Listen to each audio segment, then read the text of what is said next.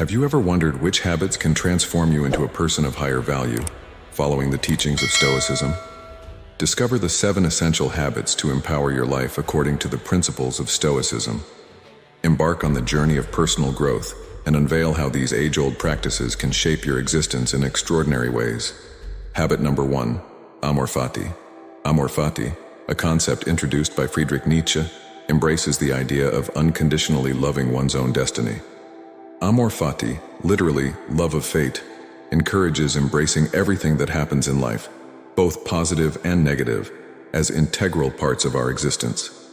Nietzsche emphasizes the power of accepting destiny without regrets or desires for change. Imagine an individual who loses a job they deeply loved. Instead of falling into despair, embracing Amor Fati involves accepting this turn as an opportunity for new adventures. By embracing destiny, doors open to new paths, perhaps more fitting and rewarding. In daily life, accepting and loving one's own destiny implies living in the present, facing challenges with a different perspective, transforming obstacles into opportunities for personal growth. Amor Fati encourages finding meaning even in the most difficult situations, turning them into occasions for learning and resilience. In conclusion, embracing Amor Fati means embracing life in its entirety, without regrets or resentments toward what cannot be changed. Accepting destiny doesn't imply fatalism, but rather an active attitude toward life. Amor Fati teaches us to live fully in the present moment, adapt to changes, and transform difficulties into opportunities. Ultimately, embracing our destiny allows us to find inner peace and the strength to face what life holds for us. Habit number 2, Memento Mori. The concept of Memento Mori, literally, remember that you must die, has ancient roots but retains timeless relevance. Emerging in art, philosophy, and spirituality, this concept invites reflection on the fleetingness of life and the transience of human existence. It's a powerful reminder to live consciously, embracing the importance of the present and the finiteness of our earthly experience. Imagine starting each day with a small ritual, observing a symbolic object or contemplating an evocative phrase that reminds you of the temporality of life. This simple gesture can serve as a link between your daily actions and the awareness of Memento Mori. It encourages making thoughtful decisions, appreciating relationships, and pursuing what truly matters. The meaning of Memento Mori goes beyond a meditation on death. It's an invitation to live fully, to put priorities into perspective, and to embrace our humanity with gratitude. Reflecting on our inevitable end urges us to value time, embrace kindness, and pursue personal fulfillment. It reminds us that every moment is precious, and today's actions shape our tomorrow. Memento Mori invites us to balance daily living with a profound awareness of our mortality. It's not a condemnation to sadness, but an invitation to a more authentic and meaningful existence. Integrating it into our lives gives us a clear perspective. Every moment is a gift, and honoring this gift is the best way to pay tribute to our existence. We live, learn, love, and grow, always keeping alive the awareness of our passage in this world. Habit number 3, the dichotomy of control. The dichotomy of control is a philosophical concept introduced by Epictetus, an ancient Greek Stoic philosopher. This idea revolves around the distinction between what we can control and what we have no power over. According to Epictetus, focusing on controlling our actions and attitudes rather than external circumstances leads to a more serene and fulfilling life. In practical terms, consider your daily routine. You have control over how you react to unforeseen events during the day, traffic, others' opinions, or unexpected work issues. However, you don't have direct control over these external events. You can control your behavior in traffic, but you can't eliminate the traffic itself. The key is to accept what you cannot change and focus on your responses.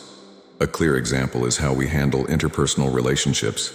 We can't control others' actions or words, but we can control our reactions.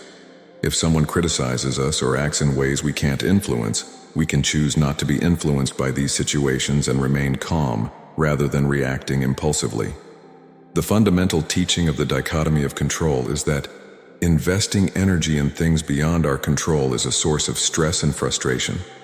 By focusing on what we can manage, we can live more harmoniously.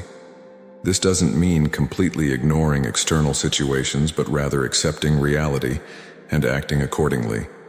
In conclusion, applying the dichotomy of control leads to greater mental serenity and emotional resilience. Accepting what we cannot change and focusing on our attitudes and actions liberates us from the burden of unrealistic expectations. Epictetus teaches us that the secret to a more satisfying life lies in relinquishing the desire to control everything and instead concentrating on controlling ourselves. Habit number 4, the inner citadel. The inner citadel is a concept introduced by Marcus Aurelius, the Roman emperor philosopher, in his book Meditations. It refers to the ability to cultivate a resilient and autonomous mind, the skill to protect one's inner serenity despite external turbulence. In general terms, Aurelius argued that the external world is volatile and unpredictable, but our inner response is under our control. This concept suggests that we can build a strong inner citadel through the practice of reflection, mindfulness, and detachment from external events. For example, in everyday life, imagine being stuck in traffic. While many might react with frustration and stress, someone practicing the inner citadel can choose a different perspective. They might use that moment for contemplation, meditation, or to appreciate the extra time to listen to music or a podcast. Instead of being overwhelmed by the external event, the traffic, they focus on maintaining calmness and controlling their internal response. The fundamental teaching of the inner citadel concept is that we can develop an inner power that makes us resilient in the face of adversity. We can't always control external events, but we can always control how we react to them. By cultivating a peaceful and resilient mind, we can face challenges with greater emotional control and mental clarity. In conclusion, the concept of the inner citadel is a reminder of personal responsibility for our inner state. Through the practice of awareness and control of our reactions, we can build a strong inner citadel that shields us from the ups and downs of life. It's an invitation to develop our inner strength to confront daily challenges with balance and wisdom. Habit number 5, Eudaimonia. Eudaimonia is a Greek philosophical concept often translated as human flourishing or personal fulfillment. It was extensively discussed by Aristotle in his ethical work, the Nicomachean Ethics.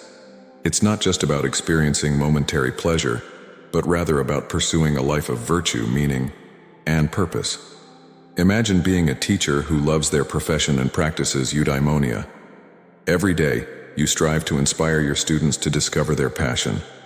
You work to help them develop their skills and understand the value of learning.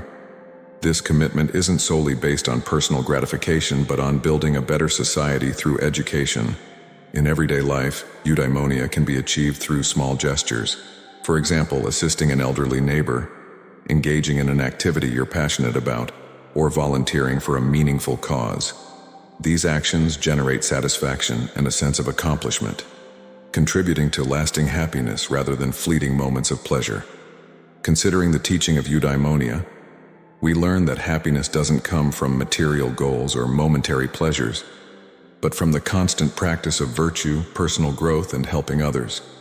It's an invitation to seek fulfillment through self-reflection, connecting with others, and committing to what is morally good.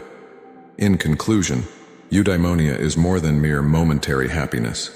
It's a philosophy that urges us to pursue a life of meaning, virtue, and personal fulfillment.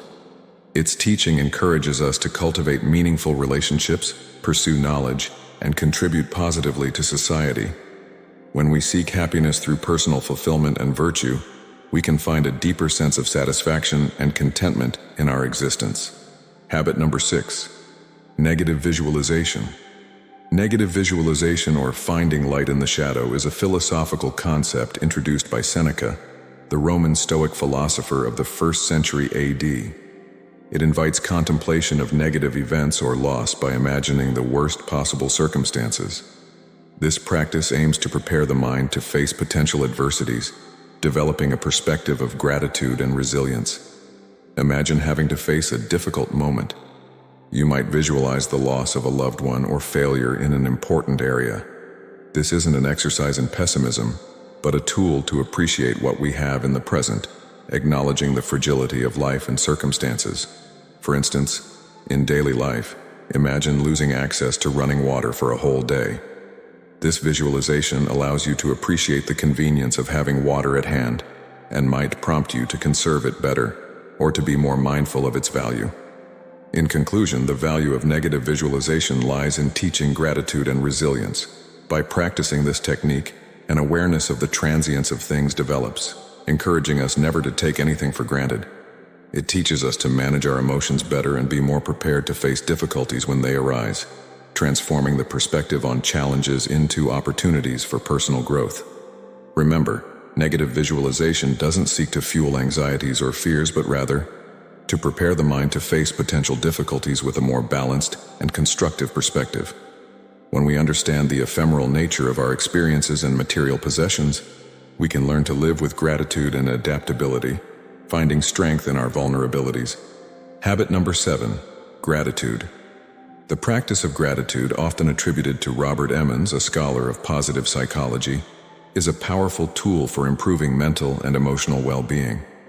It focuses on consciously appreciating and recognizing positive things in one's life, big or small.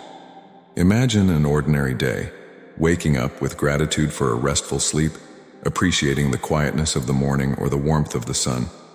It could be a simple gesture like thanking someone for a favor or reflecting on positive moments during the day.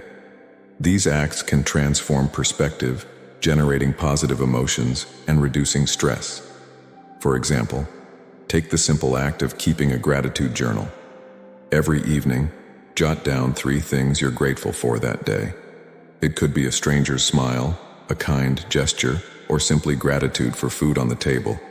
This exercise promotes awareness of positive things, redirecting attention from daily worries to what's going well in life.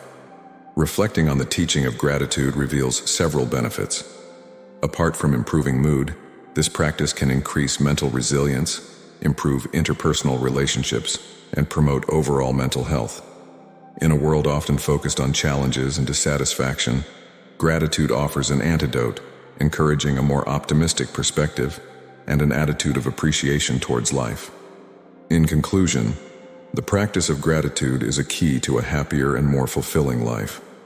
Recognizing and appreciating good things, even the smallest ones, can radically transform how we perceive the world. Integrating gratitude into everyday life not only enriches our experiences but also teaches us the importance of focusing on the positive, bringing about a beneficial impact on ourselves and the people around us. With these 7 Stoic habits, you've opened the door to personal transformation. Remember, value comes from within. Keep cultivating these practices and be the architect of your destiny. Join our community of wisdom seekers to continue this journey toward personal fulfillment. Thank you for being with us, and remember, greatness is a habit.